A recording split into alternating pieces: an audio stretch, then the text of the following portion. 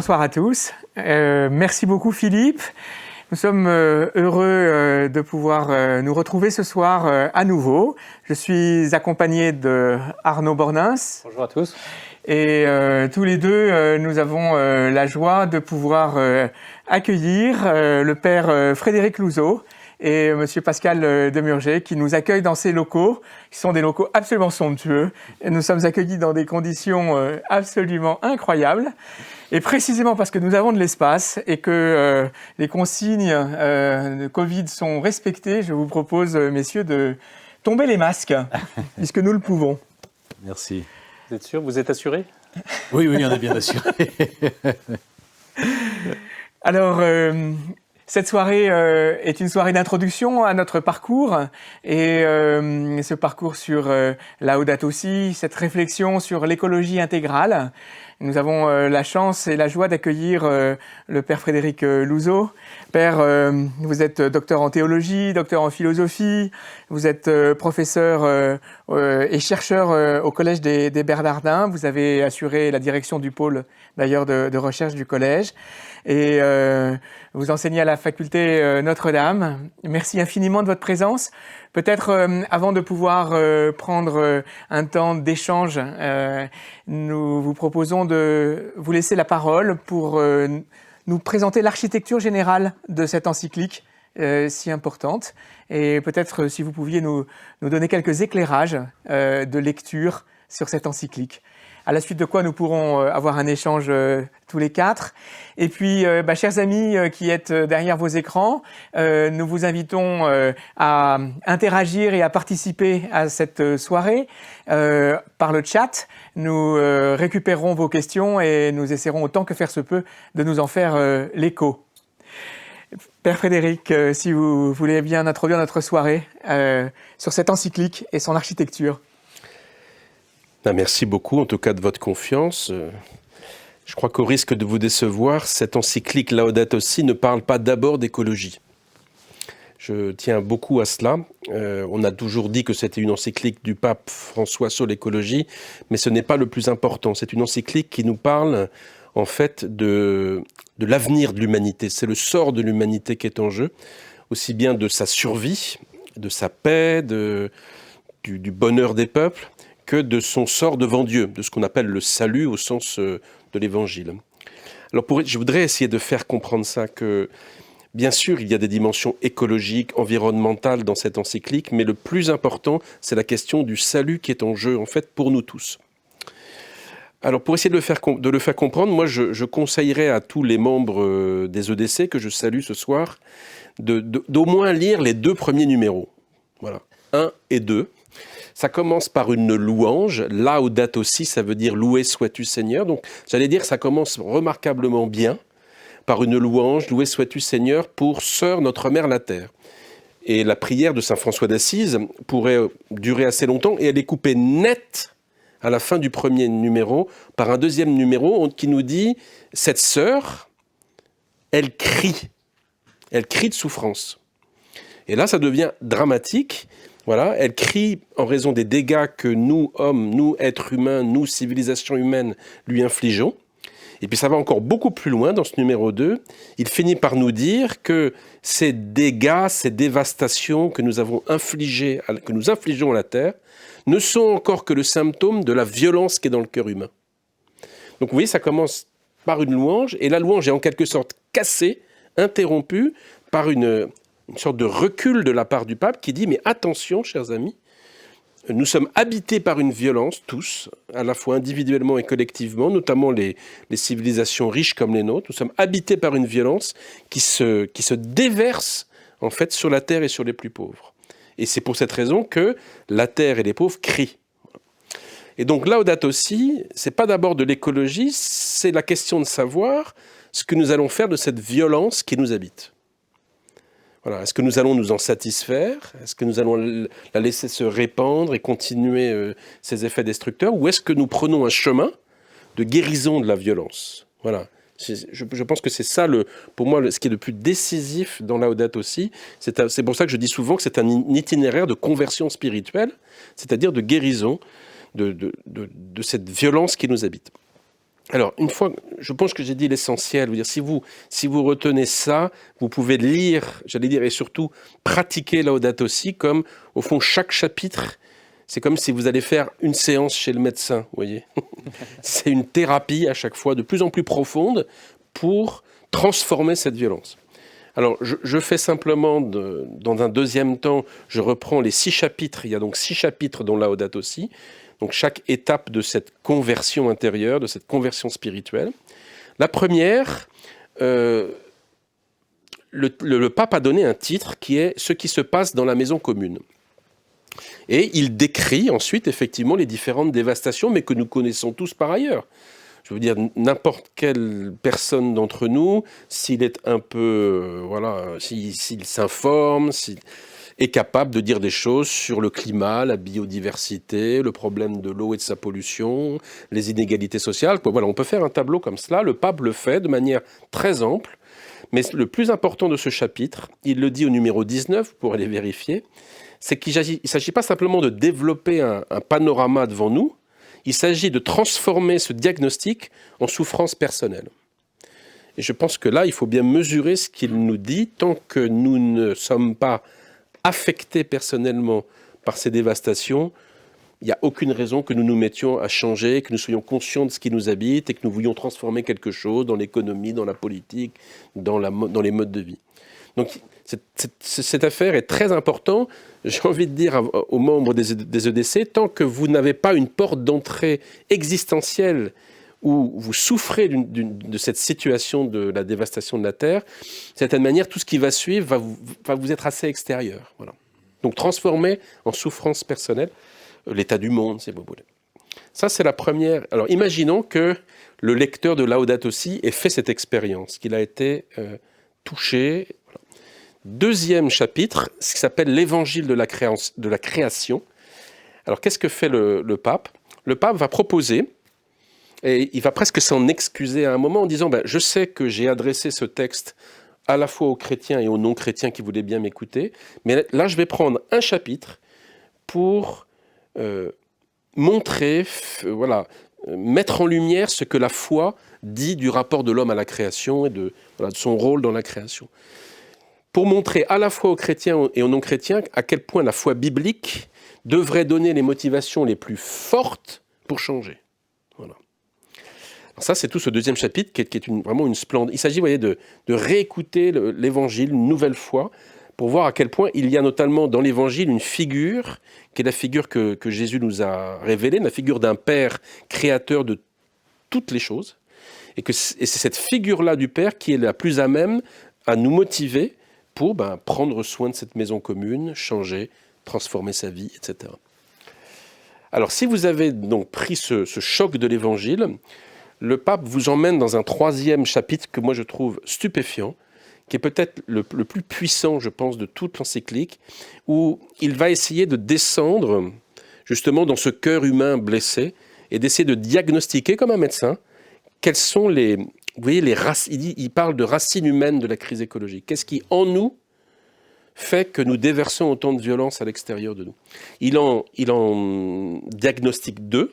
Je ne fais que les nommer, parce que là aussi, il faudrait prendre beaucoup de temps pour essayer de les intérioriser. La première, c'est ce qu'il appelle le paradigme technocratique. Alors, c'est un ingénieur qui vous parle, et un physicien nucléaire. Le paradigme technocratique, c'est le fait que nos civilisations occidentales ont intériorisé la méthode et les objets des sciences et des techniques. Et que donc, ces méthodes et ces objets ont leur validité, leur légitimité, mais lorsque tout le monde de la vie est vu à partir de ces cases-là, c'est que nous sommes entrés dans un regard de domination. Donc voilà, ce regard de la puissance de la technique qui domine tout, qui essaie de tout englober. Ça, il faut nous en défaire. Voilà. Et il va encore beaucoup plus loin. Il dit qu'il y a une deuxième racine humaine de la crise écologique qu'il appelle l'anthropocentrisme dévié.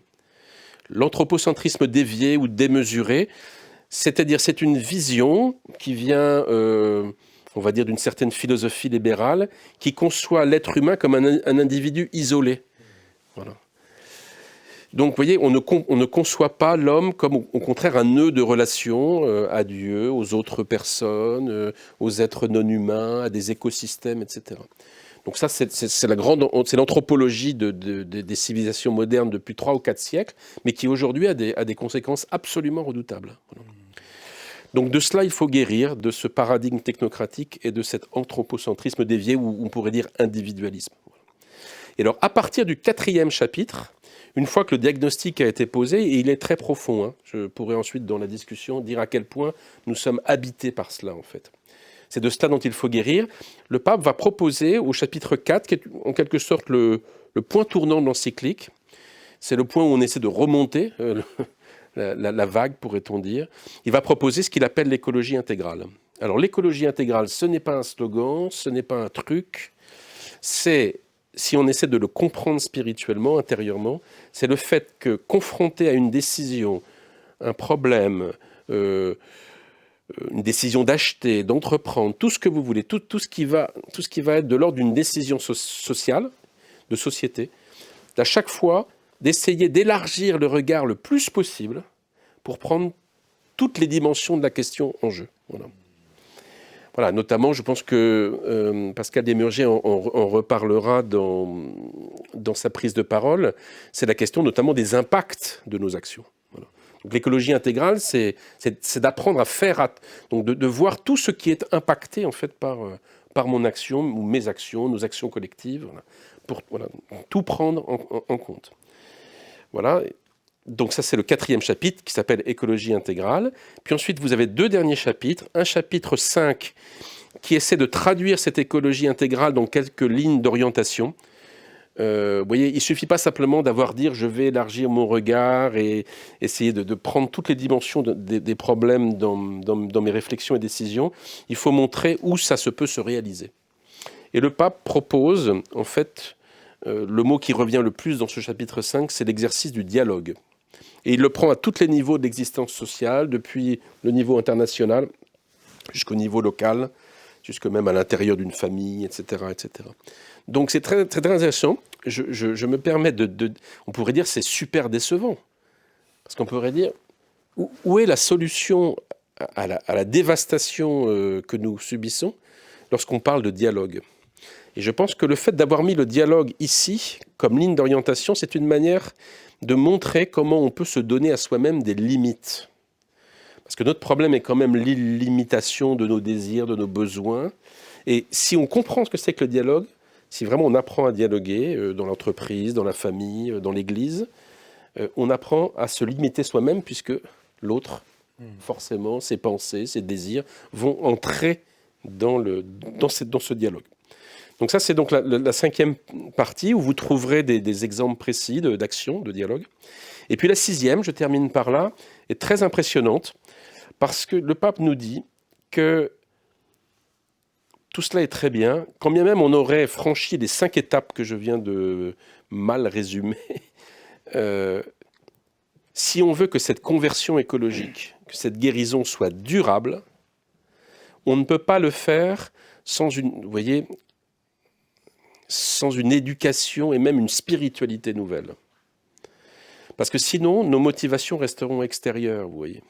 Il faut un changement au plus profond de l'esprit humain. C'est pour ça que même il va jusqu'à dire qu'il faut une nouvelle mystique. Et de nouveau, cet appel à une nouvelle mystique, à une nouvelle expérience de Dieu, elle ne s'adresse pas qu'aux chrétiens, elle s'adresse à tout le monde. À toutes les autres personnes qui se disent ou croyants ou pas croyants. Que si on veut, vous voyez, mettre une quille, un lest à cette conversion, il faut un changement des regards, un changement de la motivation profonde qui nous anime pour vivre, en fait, travailler, etc., etc. Donc c'est pour ça que ça se termine par des propositions pour une spiritualité et une éducation écologique. Voilà ce que je pourrais... Je suis sûr que c'est dû être trop long. Mais c'est parfait, ne vous inquiétez pas. Ça va? Ça va aller. Merci beaucoup. On voulait avoir un regard de théologien et puis aussi un regard de chef d'entreprise. Voilà, donc Pascal Demurger, merci de nous rejoindre aussi. En 2 mots, votre vie, c'est-à-dire en ne disant pas grand-chose. Vous êtes sorti de l'ENA pour rejoindre d'abord le ministère de l'économie et des finances, à la direction du budget. Et puis ensuite, vous avez rejoint en 2002, je crois, la Maïf. C'est ça. Et vous en avez pris la direction générale en 2009. C'est ça. Voilà. Et là, vous êtes arrivé et vous avez mis en place un vrai chambardement, un plan stratégique, peut-être à 2 niveaux. D'abord, une transformation numérique, parce que c'était fondamental pour les assureurs à cette époque-là. Et puis aussi un autre niveau, qui est un niveau managérial, où vous avez commencé à réfléchir sur des nouvelles modalités d'intervention de vos managers vis-à-vis des collaborateurs et comment vivre ensemble des liens internes différents, et vous allez revenir dessus. Voilà. Et puis, fin 2018, vous avez présenté un nouveau plan stratégique, et celui-là nous intéresse particulièrement, en tout cas ce soir, puisque que vous avez appelé d'ailleurs « Engagé pour demain », qui visait en fait à orienter l'activité et les projets de la Maïf en considération justement de leurs impacts, dont parlait tout à l'heure le père Louzeau, leurs impacts sur les parties prenantes de l'entreprise, la société et l'environnement. Donc évidemment, c'est ça qui va nous intéresser particulièrement ce soir.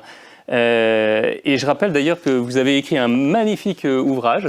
Voilà, si vous voulez l'acheter, il est fabuleux. J'en fais la promotion, qui vient expliquer en tout cas toute cette pensée que vous avez mis en place de façon concrète en tant que directeur général au sein de la Maïf avec vos collaborateurs. Bref, voilà. Donc vous êtes un dirigeant engagé. On ne peut pas dire le contraire. Vous défendez un modèle d'entreprise qui allie à la fois éthique et performance. Et même, vous avez tendance à dire que c'est plutôt la première qui vient modeler, qui est le moteur de la seconde. Voilà, donc c'est à ce titre-là qu'on a d'abord une première question un peu touchy à vous poser, si vous voulez bien. Voilà, ça fait, nous avons plein de dirigeants qui nous regardent, des dirigeants et de dirigeantes qui nous rencontrent, qui nous voient ce soir. Ils sont impactés énormément par la Covid-19. Oui. Ils ont appelé leurs assureurs, ils ont essayé de voir ce qu'ils pouvaient faire avec eux. Certains ont eu quelques déceptions, voilà, parfois un peu douloureuses. Et la question peut-être c'est, voilà, selon vous, est-ce que les assureurs ont-ils pleinement joué leur rôle? Et comment est-ce que la Maïf s'est-elle engagée en fait pendant cette crise? D'accord, bonsoir à tous. Alors ça partait bien, merci pour le panégyrique, c'était magnifique. Merci beaucoup, très excessif mais agréable à entendre. Évidemment, la chute est plus brutale. Voilà, c'est ça. Alors oui, je crois qu'il faut aborder ce sujet. Hein. Il y a clairement un divorce assez profond au fond, hein, entre notamment les dirigeants d'entreprise, pas que, et puis le monde de l'assurance, hein, et on le voit en permanence dans la presse, hein, avec des attaques pas toutes injustifiées, loin de là, contre les assureurs. Alors, je ne vais pas tenter de prendre la défense du secteur de l'assurance, hein, plus modestement. Moi, je vais essayer de décrire la manière dont on a réagi et la manière dont on a conçu, au fond, notre responsabilité dans la crise. Moi, je me souviens très bien du 17 mars dernier. Le 17 mars, c'est le lendemain du soir où le président de la République a annoncé que la France allait être confinée. Hein, dès le lendemain soir, il a annoncé le lundi soir et à partir du mardi soir, on était confinés. Dès le mardi matin, évidemment, moi j'ai réuni mes équipes, hein, pour déjà mettre en œuvre opérationnellement, hein, ce sujet du confinement qui n'était pas complètement trivial. Et moi j'aime bien quand même essayer de fixer des principes qui ensuite guident l'action. Et ce matin-là, on a fixé 2 principes qui moi, me paraissait relativement évident. Alors, le premier, je crois, a été fixé et suivi par à peu près tout le monde. C'était évidemment priorité absolue à la santé des collaborateurs. Et donc, on s'organise pour que le soir, ils rentrent chez eux et ils ne reviennent pas dans l'entreprise avant la fin du confinement. Bon, je vous passe les détails pratiques. Alors, priorité à la protection des collaborateurs, c'est protection bien sûr de la santé, c'est protection financière aussi. Hein, on avait à l'époque... En moyenne, sur la période, on a eu à peu près 2000 de nos collaborateurs qui étaient en dispense d'activité, soit parce qu'ils avaient des enfants en bas âge à garder, soit tout simplement que leur activité ne pouvait pas être réalisée à distance. On a évidemment maintenu l'intégralité de leur salaire sur période. Tout ça est normal. Et puis le deuxième principe, c'est là que c'est plus intéressant. Le deuxième principe qui très vite s'est imposé à nous, c'était de dire il est hors de question de tirer un quelconque bénéfice de la crise. Ce serait complètement inimaginable. Il y a des gens qui souffrent, il y a des entreprises qui souffrent, il y a des secteurs économiques entiers qui souffrent. Et donc, il n'est pas imaginable, déjà dans l'absolu, de tirer un profit ou un bénéfice de la crise, a fortiori pour un assureur, dont le métier, dont le rôle social est précisément d'être présent pour aider ceux qui ont soit un sinistre individuel, un accident, une inondation ou que sais-je, soit les gens face à des catastrophes collectives, un tremblement de terre, une inondation, une tempête ou une crise sanitaire. Et le rôle d'un assureur, c'est bien justement d'essayer de compenser et de rétablir la situation telle qu'elle existait avant que ne survienne un événement de cette nature. Donc, inimaginable de tirer bénéfice de la crise. Il y a un confinement, ça veut dire par hypothèse, par définition, que les gens restent chez eux, donc il n'y a pas de véhicules qui roulent sur les routes. Nous, l'assurance automobile, c'est notre principale activité, c'est à peu près la moitié de notre chiffre d'affaires, un peu plus de la moitié de notre chiffre d'affaires. Et donc, très rapidement, on a pris la décision tout simplement de rembourser les primes d'assurance correspondant à la période du confinement. Nous n'avions plus de sinistres à rembourser. Il aurait été quand même assez peu légitime que l'on conserve les primes. Et puis, par ailleurs, on a pris évidemment un certain nombre de mesures de soutien aux entreprises d'ailleurs. Alors, de soutien aux entreprises avec lesquelles nous avions des relations, en particulier toutes les petites entreprises, les garagistes, les entreprises du bâtiment, qui travaillent pour nous pour précisément réparer des accidents de voiture ou au domicile de nos assurés. On leur a à la fois fait des avances de trésorerie, garanti des tarifs un peu plus élevés que convenu pour les remettre un peu à flot et les remettre en selle. Et puis il y a eu différentes autres contributions, mais en tout cas on a essayé d'œuvrer en ce sens, quoi. Merci beaucoup. Donc si j'ai bien compris, avec la Maïf, vous êtes finalement engagé et vous avez pu traduire de façon concrète une posture et des convictions éthiques que vous portiez. Et de la même façon, Père Frédéric, peut-être on pourrait vous poser la question de savoir en quoi est-ce que la crise est venue aussi peut-être rendre plus tangible ce que vous aviez pu, je dirais, travailler de façon plus spéculative dans cette période si particulière. Moi, ce qui m'a marqué dans cette période, c'est que M. Demurger parlait du 17 mars. Fin février, l'archevêque de Paris m'a demandé d'aller comme aumônier à l'hôpital de la Pitié-Salpêtrière parce que mon prédécesseur venait malheureusement de mourir assez jeune. Et donc je me suis retrouvé jeté dans le grand bain au moment du confinement. Donc c'est un grand hôpital public où la question de la laïcité est importante, évidemment, puisque vous avez des patients et des soignants de toute obédience, on pourrait dire. Voilà. Donc c'est une affaire importante, mais ce qui m'a le plus frappé, c'est que le personnel soignant a dû, dans les unités Covid, affronter beaucoup de cas de personnes entre la vie et la mort, voire mourantes. Et je me souviens que chaque fois que je venais dans ces services-là, que j'étais appelé ou que je passais, j'ai fait cette expérience d'être accueilli avec un très grand soulagement. D'habitude, quand vous arrivez toujours dans un service de l'hôpital public, il y a une certaine réserve des deux côtés, qui est bonne d'ailleurs, parce que très important pour la coexistence. Mais là, on sentait chez la plupart de ces soignants, c'est la première fois qu'ils devaient accompagner des mourants, en fait. Et voyant arriver un prêtre, oui, vraiment un soulagement. Et c'est très intéressant de voir comment vous voyez, ces équilibres de laïcité si importants pour notre société se relativisent ou ne se durcissent plus à partir du moment où c'est question de vie ou de mort. Parce que c'est de cela, en fait, dont il a été question et dont il est toujours question à l'hôpital. Voilà. Et de ce que je comprends, c'est des questions de vie ou de mort et de relations. Parce oui. Il faut imaginer que pendant ce premier confinement, c'est différent pour le second. Pendant ce premier confinement, en tout cas dans les premières semaines, seul l'aumônier pouvait accéder à ces personnes en train de mourir, puisque même les familles ne le pouvaient pas. Voilà, les proches ne le pouvaient pas. Et donc, il nous est même arrivé, avec mon autre ami prêtre, nous sommes deux, il nous est arrivé d'être chargé par la famille de transmettre vraiment les derniers mots d'amour à la maman ou le papa qui allait partir. Je vous assure que j'aurai c'est pas l'occasion ce soir, mais des choses assez bouleversantes à raconter de ce point de vue-là. Bien sûr.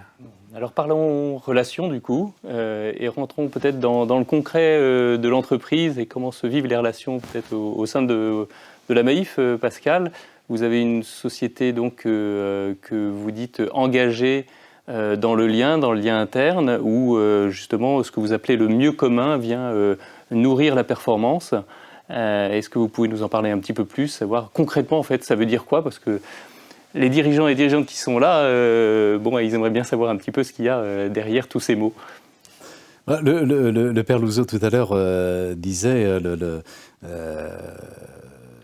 au fond, dans chacune de nos actions, il faut être, pardon si je trahis vos paroles et vous me le direz, dans chacune de nos actions, il faut être attentif, vigilant à l'impact de ces actions. Nous avons défini pour la Maïf une raison d'être, vous savez, dans le cadre de la loi Pacte, qui précisément est autour de l'idée d'attention sincère, de l'exigence, au fond, de porter une attention sincère à la fois aux autres et au monde, et porter une attention sincère dans chacune de nos actions, dans chacun de nos actes. Et l'engagement tel qu'on le vit à la Maïf, c'est vraiment effectivement essayer d'orienter chacune de nos activités. Et les activités sont nombreuses dans une entreprise. Il y a bien sûr nos activités cœur de métier dans l'assurance, des activités qui sont aussi cœur de métier, mais pas tout à fait assurantielles, par exemple dans la gestion des actifs financiers. Nos sociétaires, nos assurés nous confient leur épargne, et donc on a quelques dizaines de milliards d'euros d'actifs sous gestion. Et puis, il y a tout un tas d'activités dans une entreprise, les achats, l'informatique, l'entretien des espaces verts, la restauration, etc., etc. Et dans chacun de ces métiers, dans chacune de ces activités, l'idée c'est vraiment de faire en sorte d'avoir, à la fois pour le monde, pour l'environnement, mais aussi pour les parties prenantes immédiates, pour les clients, pour les salariés. Ça ne ferait pas sens de faire attention à l'environnement si on ne fait pas attention à ses collaborateurs, à ceux avec lesquels on vit quotidiennement. Pour chacune de ces parties prenantes, essayer d'orienter nos actions et nos manières de faire pour avoir l'impact le plus positif possible. Avec le pari, et je pourrais évidemment illustrer le fait que ce pari est gagnant, je crois, avec le pari que la somme de ces engagements, au fond, contribue très fortement à la performance de l'entreprise. Lorsque, dans le management, on porte attention, effectivement, et à condition de le faire de manière sincère, on porte attention à ses collaborateurs. Clairement, on obtient aussi non seulement un plus grand épanouissement, un bien-être des collaborateurs, mais aussi un niveau d'engagement, de motivation et d'engagement beaucoup plus important. Quand on porte une attention sincère à ses clients, et y compris d'ailleurs en faisant des choses totalement contre-intuitives, en délivrant un conseil à son client qui aille dans le sens de ses intérêts et non pas dans le sens des intérêts de l'entreprise. C'est-à-dire qu'un conseiller Maïf peut très bien appeler un de nos assurés en lui disant « Écoutez, j'ai regardé votre situation, votre bilan d'assurance, et finalement, je me suis rendu compte que compte tenu de votre situation familiale qui a évolué, ce contrat, vous n'en avez plus besoin. Et donc, vous devriez le résilier parce que c'est pas la peine de payer pour rien. » Des choses comme ça. Et des scènes comme ça, il y en a quotidiennement beaucoup dans l'entreprise. Qu'est-ce qui se passe ? Ça veut dire que c'est un coût élevé. Vous perdez du chiffre d'affaires. Si vous remboursez mieux vos assurés lorsqu'ils ont un sinistre, ça vous coûte évidemment beaucoup d'argent. Si vous passez, tout simplement, si vous consacrez plus de temps aux gens. Un assuré qui a un accident, qui a, peu importe, un sinistre quelconque, souvent il est dans une situation où il peut être un peu, beaucoup, très traumatisé. Et il a besoin d'une empathie, d'une attention, si vous lui consacrez plus de temps. Là aussi, ça coûte évidemment de l'argent à l'entreprise. Mais à la fin du jour, que se passe-t-il ? Tout simplement, le niveau de satisfaction est incomparablement plus élevé et le niveau de fidélité des sociétaires est incomparable avec ce qui se passe sur le marché. Et donc, in fine, vous faites des économies sur les coûts d'acquisition de nouveaux clients qui sont gigantesques, qui sont considérables. On estime à au moins 100 ou 150 millions d'euros d'économies annuelles sur les coûts d'acquisition que l'on devrait dépenser si on avait le même turnover, la même rotation du portefeuille de clients que nos concurrents. Et puis, si vous prêtez attention à l'environnement, on parlait d'assurance automobile. On est effectivement assureur de 3,5 millions de véhicules. Évidemment, ça veut dire des centaines de milliers d'accidents chaque année. Si vous essayez d'orienter la réparation en disant on va favoriser la réparation plutôt que le remplacement de pièces, notamment de pièces de carrosserie. Ou si on doit les remplacer, on va favoriser l'utilisation de pièces d'occasion plutôt que de pièces neuves. L'impact écologique n'est pas complètement négligeable. Et toutes ces actions mises bout à bout font que l'image de l'entreprise, tout simplement, est évidemment rehaussée. Et le jour où nous serons confrontés à des concurrents beaucoup plus puissants que nous, et contre lesquels on aurait du mal à résister, qui s'appellent Google, qui s'appellent Amazon, parce que ces gens-là feront de l'assurance demain, évidemment que notre seul moyen de résister face à eux, c'est de convaincre tous ceux de nos concitoyens qui ont un niveau de conscience suffisamment élevé, j'allais dire, de conscience écologique suffisamment élevé pour se dire, oui, autant aller s'assurer auprès d'une entreprise respectueuse plutôt qu'auprès des GAFA ou que sais-je. Et donc il y a ce lien, je crois, entre l'engagement, pour peu encore une fois qu'il soit sincère et suffisamment radical, suffisamment systématique dans chaque action de l'entreprise et, in fine, la performance de l'entreprise. Et alors cet engagement, vous l'avez dit tout à l'heure, ça passe aussi par un management bien particulier, qui est un management par la confiance, c'est ça ? Vous parlez de confiance a priori. Ouais. Moi, j'ai vraiment une question fondamentale, mais comment vous avez fait pour que tous vos managers et vos collaborateurs rentrent dans un état d'esprit de ce type-là, qui est quand même assez peu visible ailleurs ? Et je dirais même que ça ne passe pas aussi par ce changement de management et finalement ce changement de culture, ça passe d'abord par ça. C'est vraiment le socle de tout. Et c'est grâce à ça qu'on peut ensuite porter un niveau d'exigence au fond et d'engagement plus élevé. Alors c'est votre style personnel qui a permis ce changement de culture. Alors peut-être que je n'y suis pas complètement pour rien, mais je ne suis pas sûr que ce soit suffisant. On a décidé effectivement, et ça c'était vraiment une décision, comment dirais-je, très, très, très volontariste, on a décidé effectivement de changer complètement le style managérial de l'entreprise, la nature des relations entre tout simplement les êtres humains à l'intérieur de l'entreprise. On était une entreprise classique, alors pas particulièrement dure et inhumaine, mais classique, reposant sur une hiérarchie, reposant sur une chaîne de commandement avec un système, je suis manager, je donne des ordres, j'en contrôle l'exécution et j'en sanctionne le résultat, positivement ou négativement. Et puis voilà, c'est le schéma complètement classique que l'on connaît dans bien des entreprises. On a décidé de basculer à ce qu'on a appelé en effet un management par la confiance qui repose sur quoi ? Qui repose au fond sur 4 choses. Qui repose d'abord, ça c'est complètement fondamental pour moi, sur la question du sens. Donner à chacun des 8000 collaborateurs de l'entreprise, quelle que soit sa fonction, quel que soit son niveau, le sens de sa mission. Le sens de son rôle dans l'entreprise. Ça veut dire d'abord donner le sens de la mission de l'entreprise elle-même. Sa place dans la société, quel est son apport dans la société. Ça veut dire traduire cette mission sociale au fond de l'entreprise dans sa stratégie, et puis décliner ça jusqu'aux fonctions de chacun des collaborateurs, pour que chacun comprenne à quoi il contribue, à quelle œuvre plus vaste que lui il contribue, mais véritablement comprenne le sens de son action et évidemment de préférence y adhère. Ça, c'est le premier sujet pour moi fondamental. On ne peut plus être simplement, et le niveau d'exigence aujourd'hui des salariés, et tant mieux, est beaucoup plus élevé que ça, on ne peut pas être simplement dans une relation transactionnelle, où je fournis un travail contre une rémunération, et point barre, et ça s'arrête là. Les gens donc c'est se reposer la finalité de l'objet même de l'entreprise. Exactement, exactement. Ça, c'est le premier ingrédient. Le deuxième, vous l'avez dit, c'est la confiance. C'est-à-dire donner tous les signes, et pas seulement les signes, mais la réalité que vous faites a priori confiance à chaque collaborateur.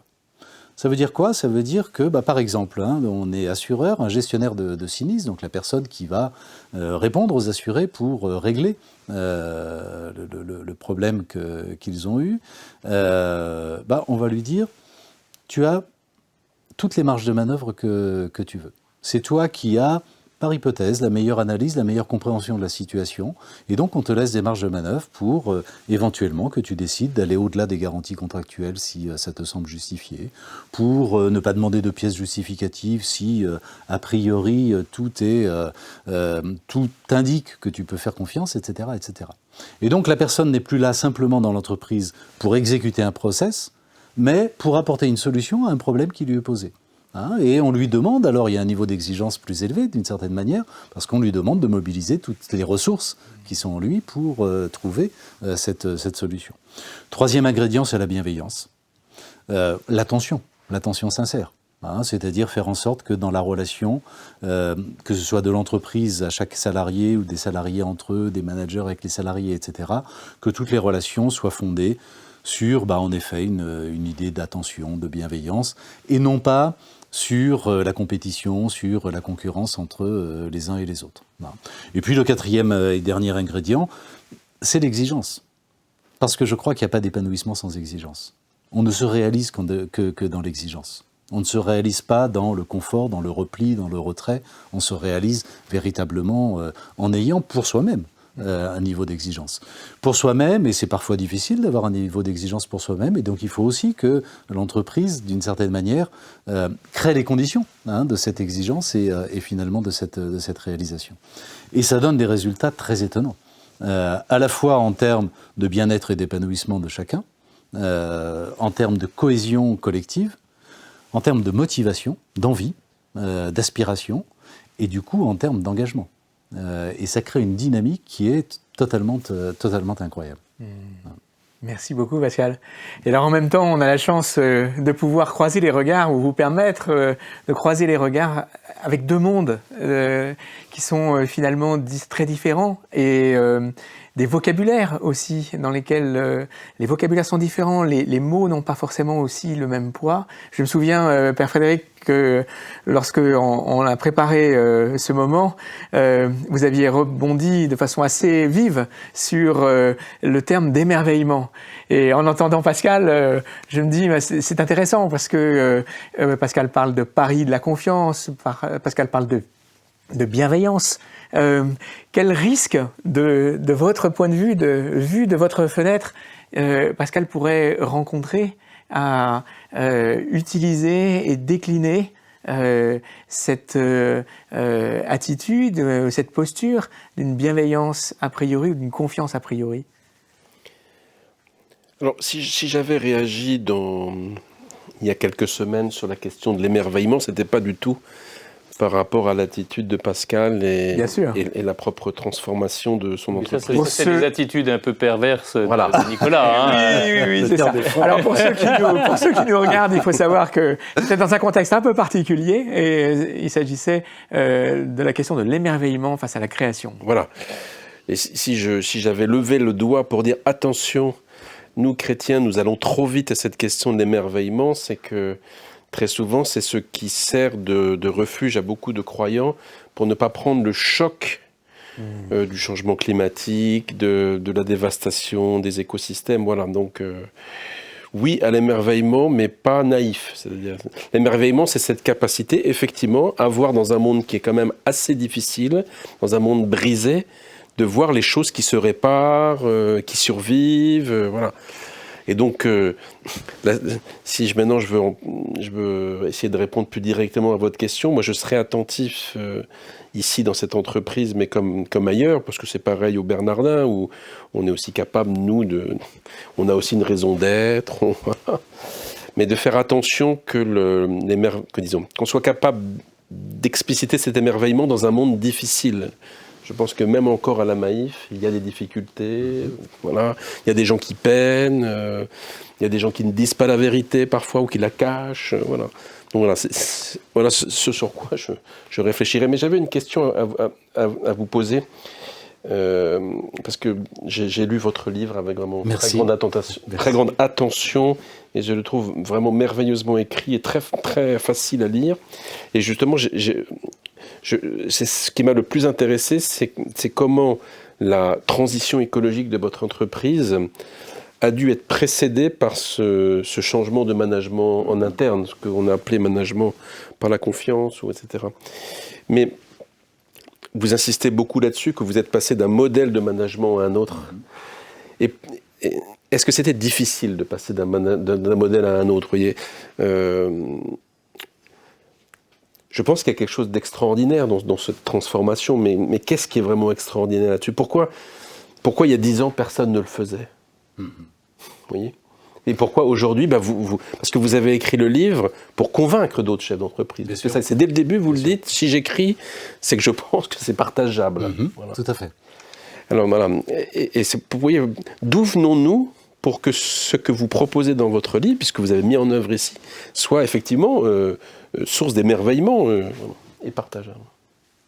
Alors, je ne peux pas répondre à la question pourquoi il y a 10 ans, les dirigeants d'entreprise ne le faisaient pas.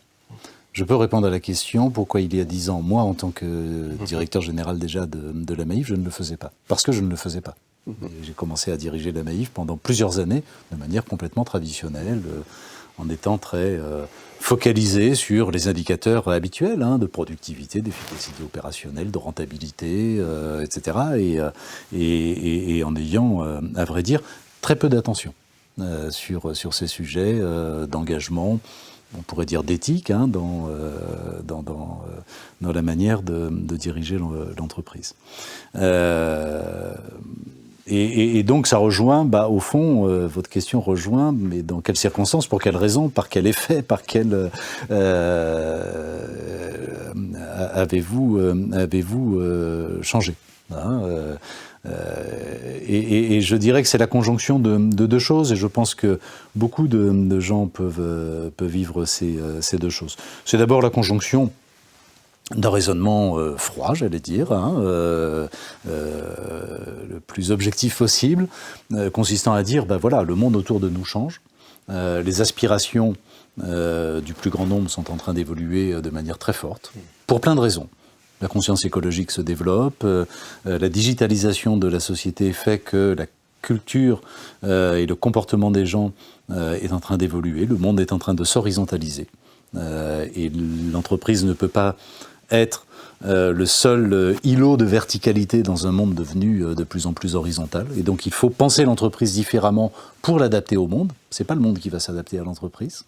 Donc bref, différentes raisons, y compris purement stratégiques. Lorsque je parlais tout à l'heure de Amazon, Google comme concurrents potentiels, voilà, il y avait aussi des raisons purement stratégiques ou opérationnelles sur la relation client, etc.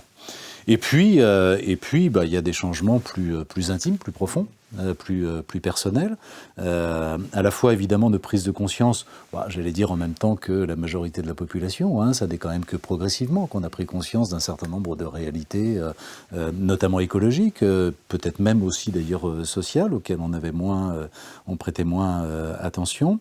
Prise de conscience également, ça moi je me souviens du jour, ça paraît un peu simple de l'exprimer comme ça, et pourtant c'est réel.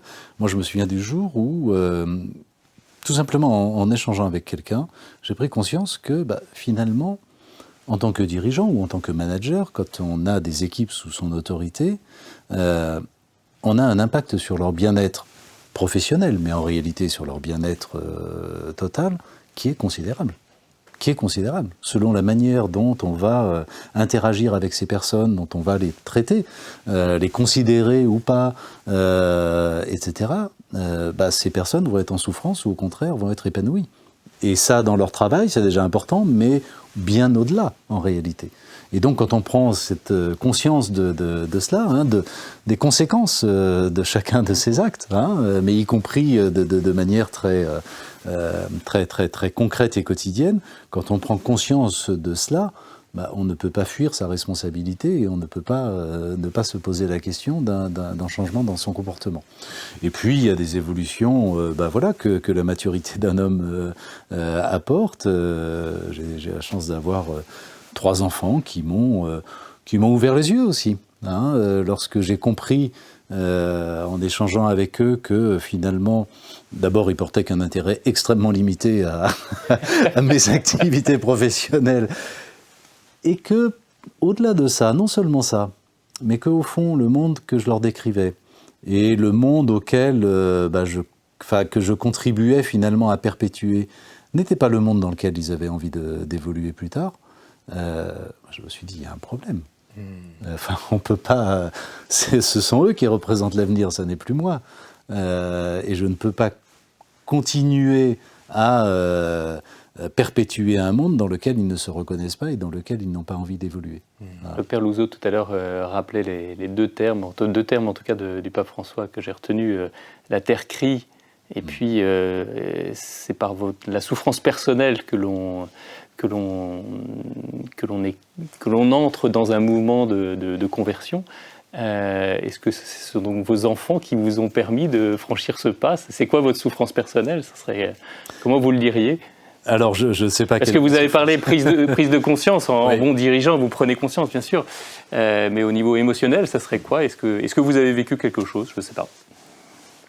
Déjà, cette relation avec vos enfants, je pense. Oui, bien sûr, cette relation avec mes enfants. Et clairement, alors je ne veux pas rentrer dans ma vie, mais clairement, j'ai plutôt retrouvé quelque chose. J'ai retrouvé quelque chose de mon enfance, de mon adolescence, que mon itinéraire postérieur, vous avez parlé de mes études, de Bercy, du ministère des Finances, etc., que mon itinéraire postérieur avait enseveli. Et alors Pascal, peut-être pour aller encore un cran plus loin, avec la question de Claire, fort de cette expérience émotionnelle, on pourrait dire, de cette conversion de votre regard ou du paradigme dans lequel vous évoluiez jusqu'à maintenant, comment est-ce que, en quelques mots, vous pourriez définir la mission de la Maïf telle que vous la pensez aujourd'hui, à l'aune de cette transformation de votre regard à la fois sur les relations et sur le rapport au monde? Alors la mission de la Maïf, elle tourne, je le disais tout à l'heure, autour de cette idée d'attention sincère, portée à l'autre et portée au monde. Et donc on voit bien que, en partant de ce postulat de l'attention sincère et avec cette double déclinaison, on voit bien que en réalité ça structure tous les comportements, tous les actes, toutes les actions, à la fois de l'entreprise et de chacun de ses membres. C'est extrêmement structurant et c'est totalement systémique en réalité. Et rien n'échappe, si je puis dire, à cette exigence d'attention sincère. Donc ça décrit d'une certaine manière la façon dont je conçois, dont nous concevons collectivement la façon d'exercer tout simplement notre métier et notre contribution au fond.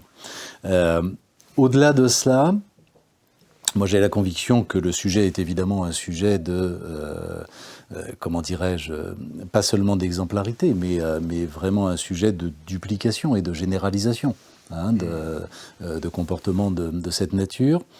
Et j'ai la conviction, alors peut-être un petit peu triste, qu'il n'y aura pas de généralisation de ce type de comportement dans le monde de l'entreprise si ces comportements sont conditionnés simplement par les convictions intimes, profondes des dirigeants. Tant mieux tant mieux s'il y a des dirigeants, et je pense que ceux qui nous écoutent ce soir en font évidemment partie, qui sont profondément, intimement convaincus de cette exigence éthique et qui le font de manière très naturelle, tant mieux. On sait bien que ce ne sera évidemment pas le cas de la totalité, peut-être même pas de la majorité des dirigeants. Et donc pour que le modèle soit non seulement duplicable, mais même généralisable, il faut aussi que l'entreprise y trouve son intérêt. Voilà. Et donc, moi, mon ambition, peut-être un peu folle, et c'était aussi l'objet de ce livre d'ailleurs, c'est d'essayer de démontrer que oui, cette voie, non seulement est une voie qui permet d'être aligné au plan personnel, qui permet de créer autour de soi un peu plus de, comment dirais-je, d'épanouissement des uns, de contribution et de bien commun finalement, mais c'est aussi une voie qui permet de créer de la performance pour l'entreprise, pour toutes les raisons que l'on a dites. Et je pense qu'une fois qu'on aura fait cette démonstration, qu'effectivement la performance, et la performance de long terme notamment, de l'entreprise, peut dépendre aussi de cet engagement, alors il n'y a plus de frein à la généralisation. Alors Père Louzot, venons à votre conversion personnelle, puisqu'on est en train de parler de ça, on est en train de parler de ce que vous avez vécu, vous, peut-être dans le cadre des hôpitaux ou dans d'autres cadres, en tout cas, ou à la lecture, évidemment, de l'encyclique du pape. Moi, ce qui m'intéresserait, c'est de savoir comment un intellectuel vit dans sa chair, en fait, ces transformations qui se produisent. Et concrètement, oui, ça serait quoi pour vous, ce changement, ou comment vous le vivez ? Alors, je ne sais pas pourquoi vous voulez faire de moi un intellectuel, mais bon, ça vous regarde. Vous savez, ça c'est de la fausse humilité, tout va bien. Non, une manière de répondre à votre question, c'est de vous dire à quel point j'étais mal parti dans la vie, en ce qui concerne justement cette attention, on va dire, à la création, à ce respect de la création, parce que donc, je suis ingénieur des mines, je suis physicien nucléaire, mon père est le premier commandant d'un sous-marin nucléaire français, donc j'ai vécu dans une ambiance justement, alors là, technocratique, mais avec tout ce qu'il y a de très grand aussi, voilà, bien sûr. Mais c'est vrai que quand mon cher papa, dans la fin de sa vie, m'a vu partir, alors que j'étais ingénieur nucléaire dans ses réflexions sur l'écologie, il m'a sans cesse interrogé quasiment jusqu'à sa mort sur ce que j'étais en train de faire. Donc j'étais très mal parti pour être rendu sensible.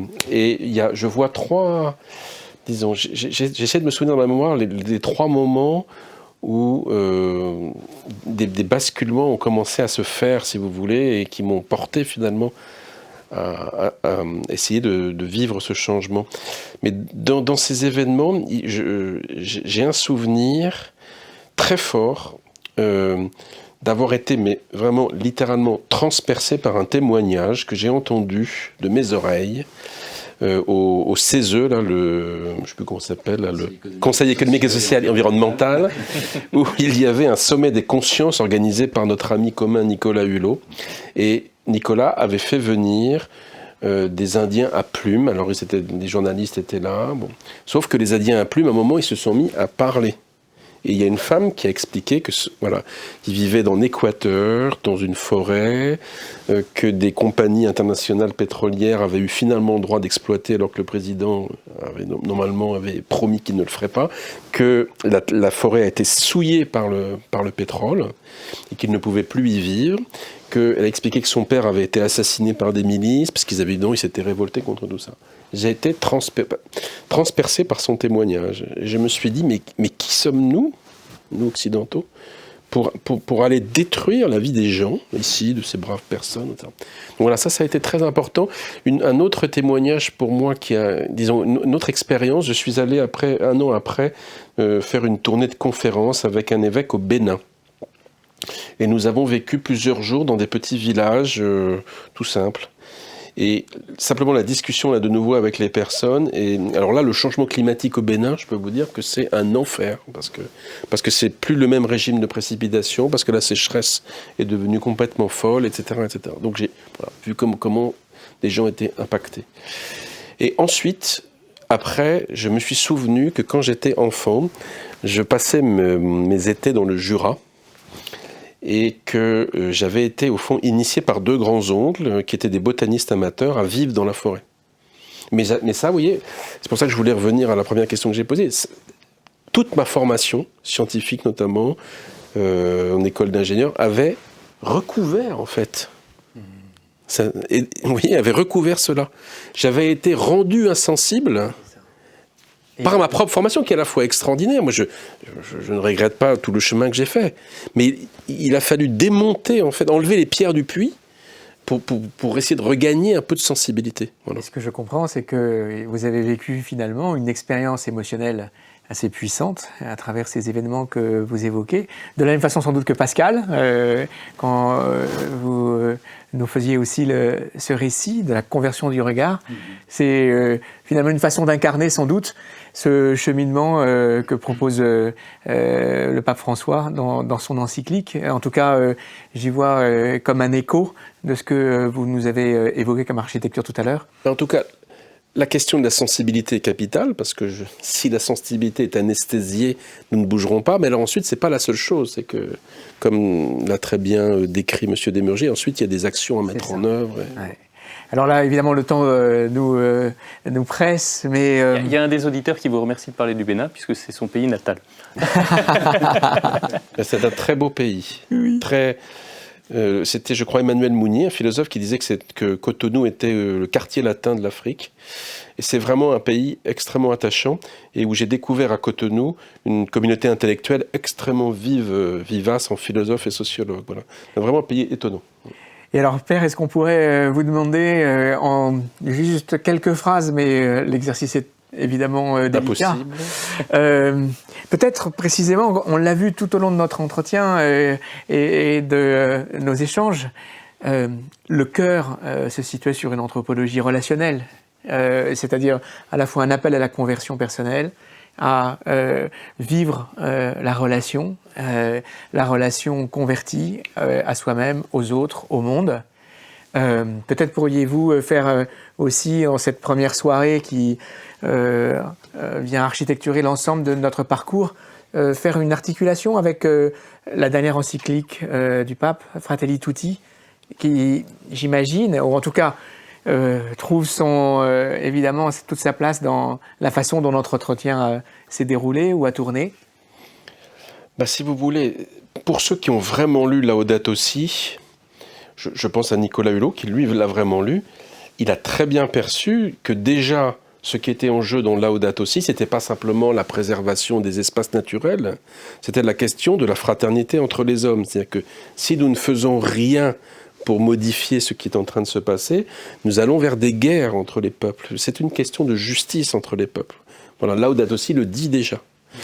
Et alors, moi, je suis très, très frappé par le fait, alors, ou bien le pape vieillit trop et donc il radote, ou bien le fait qu'il insiste chaque année.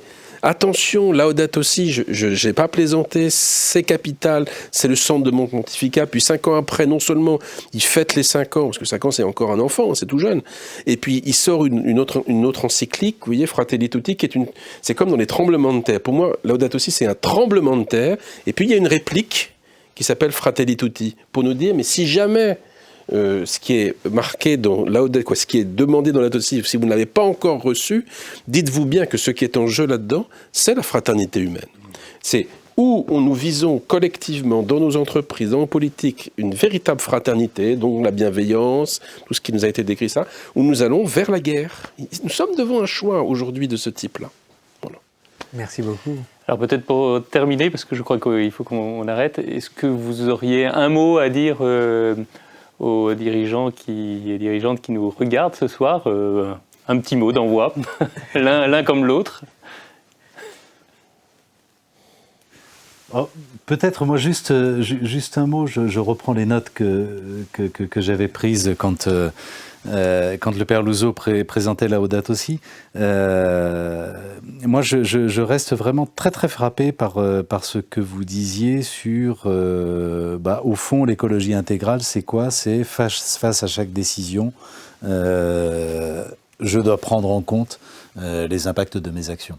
Hein, et ça, j'ai vraiment le sentiment que au fond, cette éthique de responsabilité, hein, puisqu'il s'agit bien de ça, cette éthique de responsabilité doit être effectivement à la base, au cœur de nos actions en tant que dirigeants d'entreprise, mais dans tous les compartiments de notre vie, et que c'est sans doute la clé en vérité de tout changement d'ampleur. Si je voulais résumer ce que je voudrais vous dire ce soir, à vous qui avez eu la grande amabilité de nous écouter, c'est que nous ne sommes pas seuls. Je pense qu'on peut résumer ce que nous avons dit ce soir. Nous ne sommes pas seuls, ça peut se comprendre de mille et une manières.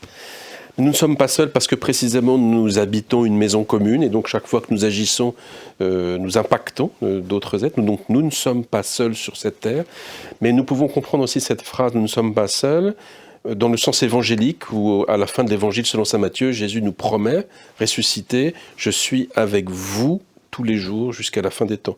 Donc vous, chef d'entreprise qui voulez justement continuer votre œuvre, vous n'êtes pas seul.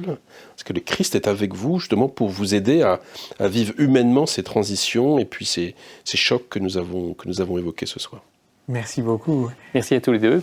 Alors, évidemment, ce parcours que nous vous proposons de vivre chaque mois avec des rencontres sera sans doute ponctué aussi peut-être par des rencontres que vous aurez en équipe EDC, soit de façon virtuelle encore aujourd'hui, soit nous l'espérons tous bientôt physiquement. Et donc nous voudrions vous proposer de vous mettre aussi vous-même en mouvement et de rentrer tous ensemble dans ce processus à la fois de conversion, cette invitation à la conversion, et ce processus de responsabilisation. Et pour ça, on voudrait vous proposer peut-être des travaux à faire à la maison entre chaque soirée. Et donc, on voudrait vous proposer et livrer à votre sagacité 2 questions qu'on vous propose de travailler en équipe. C'est ça. Alors, la première question, prenez des notes, ou Sarah peut-être peut l'écrire, je ne sais pas. C'est quel risque voyez-vous à revendiquer et assumer pour votre entreprise un rôle de transformation de la société ? Voilà, je le redis, quel risque voyez-vous à revendiquer et assumer pour votre entreprise un rôle de transformation de la société ? Ça, c'est la première question. Et la deuxième, peut-être plus directe en responsabilisation vis-à-vis de vos collaborateurs, c'est comment je pourrais constater que je fais confiance à mes collaborateurs. C'est une question toute bête. Une question de coach, quoi. Voilà. Essayez de ne pas y répondre, peut-être que c'est mieux. Voilà, comment je pourrais constater que je fais confiance à mes collaborateurs ? Amusez-vous bien avec tout cela. Donc vous trouverez les questions sur le site des EDC. Nous faisons confiance à Sarah pour pouvoir vous permettre de retrouver tout ça. On vous remercie infiniment pour cette soirée et on va laisser la parole à Sarah.